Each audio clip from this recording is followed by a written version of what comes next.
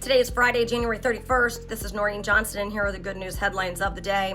Following Wednesday night's tragic plane crash that took the lives of 67 people between an American Airlines flight and a Black Hawk helicopter just outside D.C.'s Reagan International Airport, Transportation Secretary Sean Duffy said it was absolutely preventable, pointing to pilot errors and lapses in safety protocols.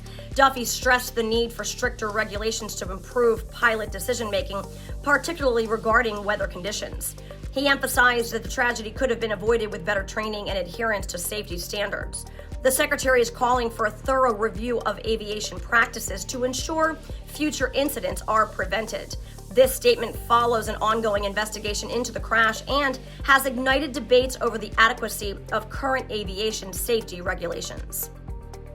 President Donald Trump has signed 2 executive orders addressing flight safety and diversity, equity, and inclusion policies after a recent tragedy at Washington, D.C.'s Reagan National Airport.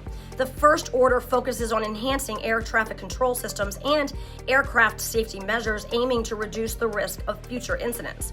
The second order directs a review of DEI policies across federal agencies, arguing that such initiatives can lead to inefficiencies and undermine merit-based decision-making. Trump's actions come amid growing public concerns over airport security and government transparency. These executive orders signal Trump's continued focus on safety and systematic reform.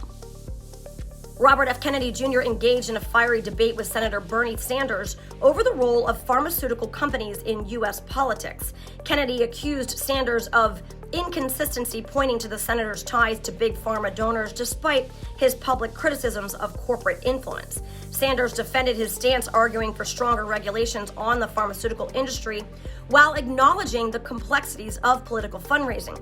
The exchange highlighted deep divisions within the progressive movement over how to address corporate lobbying in healthcare. The discussion raised questions about the effectiveness of campaign finance reforms in curbing pharmaceutical influence. In other news, President Donald Trump proposed reinstating tariffs on oil imports from Canada and Mexico as part of his broader plan to reduce U.S. reliance on foreign energy sources. The proposed tariff aims to bolster U.S. oil producers and protect domestic energy jobs. Critics warn that such measures could escalate trade tensions and lead to higher fuel prices for consumers. However, Trump maintains that these tariffs are necessary for the long-term health of the U.S. energy sector and national security. The move represents an effort to strengthen U.S. industries and secure greater energy independence. And then today we celebrate the feast day of St. John Bosco. St. John founded the Salesian Society, a religious order dedicated to the education and welfare of young people, especially the poor and marginalized. His work in forming this group aimed to provide youth with solid moral and religious foundations through education and vocational training. He was also known for his deep spirituality and mysticism. Many believed he was a miracle worker, with several accounts of his miraculous interventions in the lives of those he served, particularly in the lives of the youth he dedicated his life to. St. John Bosco, pray for us. And those are your daily good news headlines. This is Catholics for Catholics. May God bless you, and may God bless the USA.